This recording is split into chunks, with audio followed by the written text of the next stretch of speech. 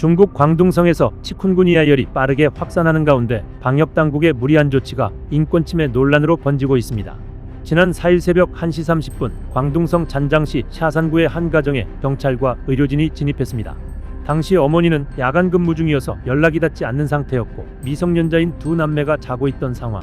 갑자기 들이닥친 의료진은 자고 있던 미성년 남매를 깨워 체열을 실시했습니다.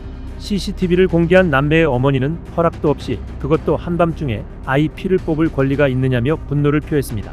이어 방문한 사람들은 제복도 입지 않았고 신분증도 없었다. 다음 날 아침 퇴근해서 집에 오니 그 아이가 어지럽고 무섭다며 울고 있었다고 말했습니다. 이 지역 주민자치조직인 샤산촌 위원회는 최근 치쿤구니아열 환자가 늘면서 발열 환자는 반드시 신고 체열하라는 보건당국 지침에 따른 것이라고 해명했습니다.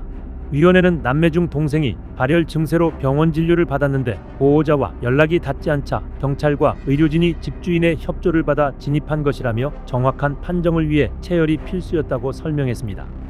치쿤구니아열은 주로 이집트 순모기와 흰줄 순모기를 통해 전파되는 바이러스성 질환으로 발열, 발진, 관절통이 대표 증상입니다. 일부 환자는 몇 주에서 몇 달, 심하면 몇 년간 장애를 겪을 수 있는 것으로 알려졌습니다.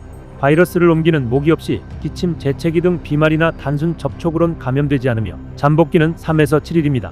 현재까지 치쿤구니아를 위해 승인된 치료제는 없고 해열, 진통제 투여와 수분 보충, 휴식 등 대증 치료만 가능합니다. 중국에선 지난달 15일 첫 확진이 보고된 이후 4일까지 광둥성 12개 도시에서 누적 확진자가 7,938명에 달했습니다.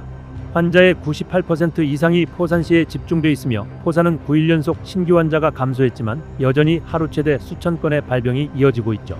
대만에선 포산과 선전을 방문한 40대 여성이 귀국 하루 만에 치쿤구니아열로 확인되는 등 올해 확진 사례 17건이 모두 해외에서 유입됐습니다. 중국은 제2의 코로나 사태를 재현하지 않겠다며 대대적인 방역에 나섰습니다. 광둥성 방역당국은 드론을 이용해 살충제를 살포하고 모기 서식지를 제거하며 도로와 주택가를 대상으로 대규모 소독을 실시하는 등 코로나19 시기 수준의 통제를 재현하고 있습니다.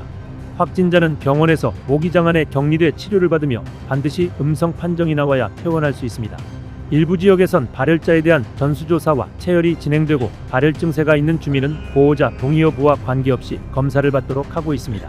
이러한 강압적 조치가 확산되자 주민들은 코로나19 때와 다를 바 없는 공포방역이라고 반발하고 있으며 누리꾼들도 잊을만 하면 반복되는 과잉 방역과 인권 침해라는 비판을 쏟아내고 있습니다.